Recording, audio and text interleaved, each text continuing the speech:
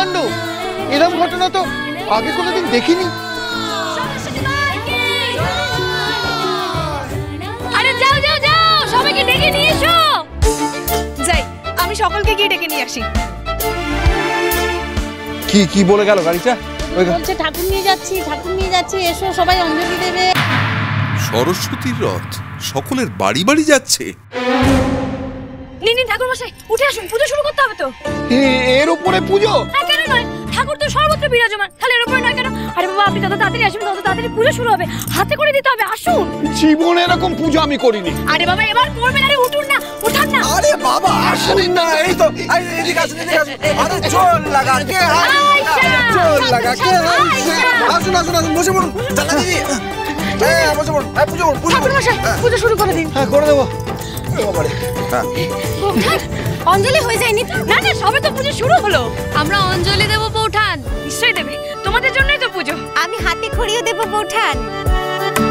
তোমার আসতে দিল তোমার স্বামী? ও তো জানে পুজো হবে না, তাই হাড্ডা মারতে গেছে।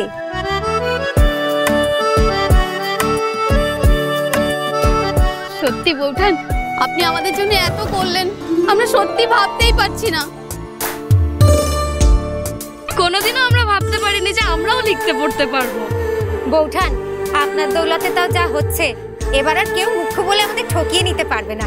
স্বয়ং মা সরস্বতীর ইচ্ছে, তিনি যদি তোমাদের কাছে আসতে চান তাহলে কে আটকাবে? কার এত ক্ষমতা আছে শুনি?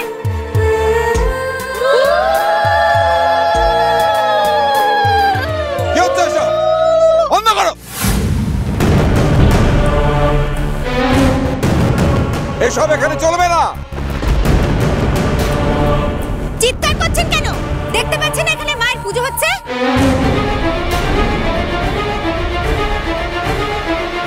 পুজো আটকানো মহাপাপ, জানেন না? পুজোটা হতে দিন আগে।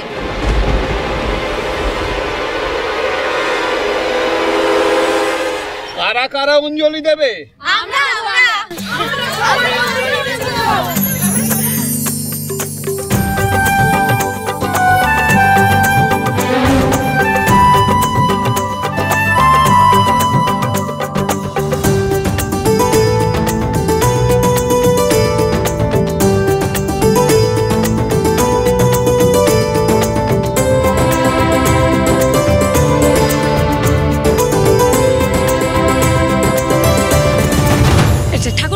একটু দাঁড়ান, বলছি কি, মা সরস্বতী যখন আপনাদের এতদূর টেনে নিয়েই এলেন, তখন ওখানে দাঁড়িয়ে মানে হাত না গুটিয়ে দাঁড়িয়ে না থেকে একটু অঞ্জলি দিন না।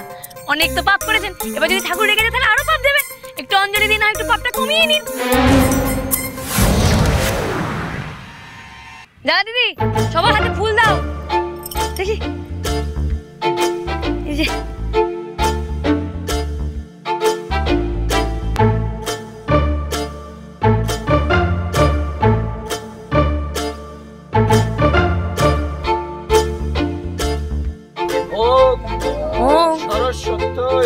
সত্যই নমো নিত্যং।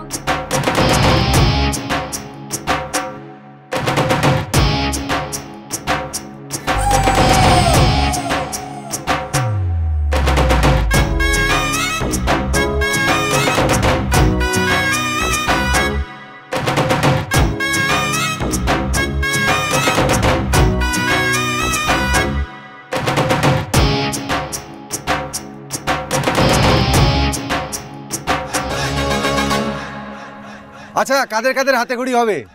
আমার। আচ্ছা আচ্ছা আচ্ছা, এক এক করে উঠে আসুন।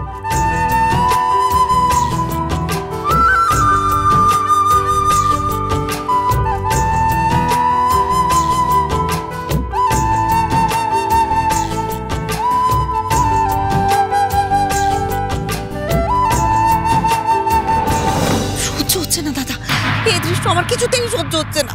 সন্ধ্যাকে কিছুতেই দমানো যাবে না। দমাতেই হবে ঈশ্বর। পুজো আটকানো গেল না, কিন্তু নাইট স্কুলটা তো আটকাতেই হবে, না হলে যে মান সম্মান থাকবে না। বাড়ি চল, ভেবে কিছু বার করতে হবে। হ্যাঁ চলো। বৌঠান, আমি হাতে করে দেব। তোর সাহস তো কম না রে মুখ পুড়ে। খোকা বারবার বেরোতে না করলো, তুই কিচ্ছু শুনলি না। আমি হাতে করে দেবই, আজ তোর একদিন কি আমার এক। হাত ছাড়ুন ওর। ওকে আটকালে একটাও হবে না। হাত ছাড়ো।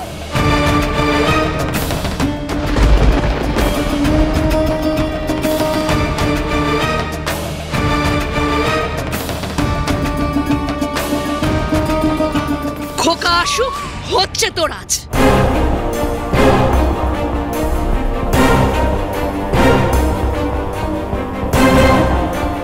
মাঠান, হাতে করে শুরু করুন।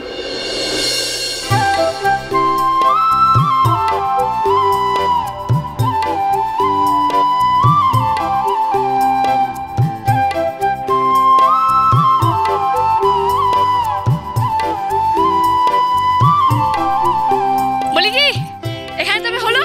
চলো চলো, এবার চলো। এবারে পূবের দিকে যেতে হবে। গায়ের পূবের দিকে মেয়েরাও তো আমাদের জন্য অপেক্ষা করছে নাকি? বৌঠান পুজো না হয় করলে, হাতে খড়িও হলো, কিন্তু ছেলেরা তো আর আজ আমাদের নাইট স্কুলে যেতে দেবে না। কি হবে? হবে, যা হওয়ার তাই হবে। মা সরস্বতী যেমন ঘরে ঘরে এসেছেন, শিক্ষাও ঠিক সেরকম ঘরে ঘরেই যাবে। ও ড্রাইভার দাদা, আরে গাড়ি স্টার্ট দাও। এই চালাও চালাও, গাড়ি চালাও।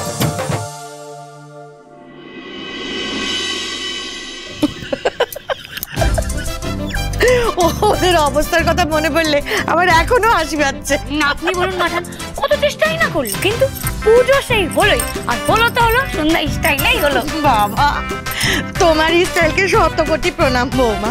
তবে জানো তো, আমার না এখন একটা কথাই মাথায় ঘুরছে, নাইট স্কুল তার কি হবে? হবে, সব হবে। যে যতই বাধা দিক না কেন, মেয়েদের লেখাপড়া থামানো যাবে না। মেয়েরা লেখাপড়া করবে। তা না হলে আপনি বলুন না মাঠান।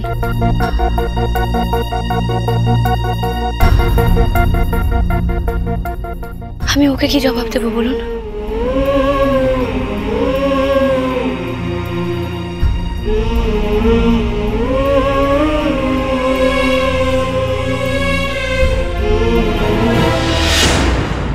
এরকম ভাবে চলতে পারে না বিজয়া।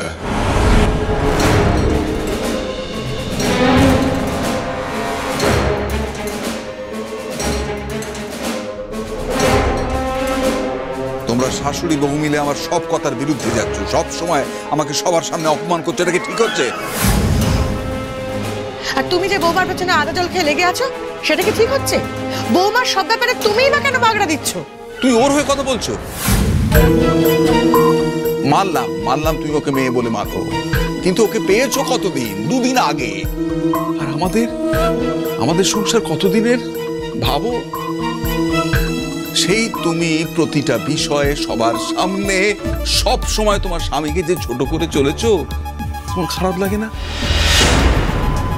বাড়িতে যা হয় হোক, কিন্তু বাইরে বিজয়া, 10 জনের সামনে আমি তো কোনোদিন তোমার কোনো কাজে কখনো নাক গলাইনি।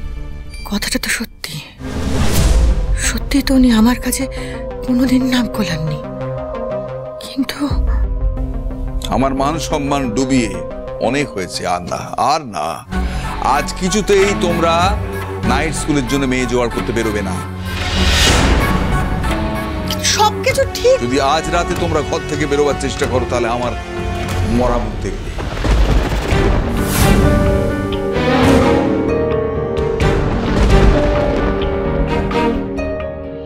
তুমি বেরোবে না, এই আমি বলে দিয়ে গেলাম। আমি দরজা বন্ধ করে দিয়ে যাচ্ছি। যদি দরজা খুলে বেরোবার চেষ্টা করো, তাহলে আমার মরা মুখটা মনে করে নিও।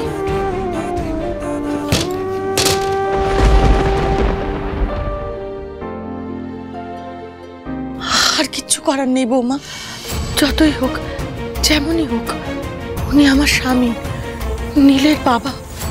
সেই উনি মরা মুখের দিব্যি দিলেন, আমাকে যে দিব্যি মানতেই হবে মা। তোমার পায়ে পড়ি বৌমা, তুমি আজকে ঘর থেকে বেরিও না। উনি দিব্যি দিয়েছেন যাতে আমরা ঘর থেকে না বেরোই, তাই তো? বেশ।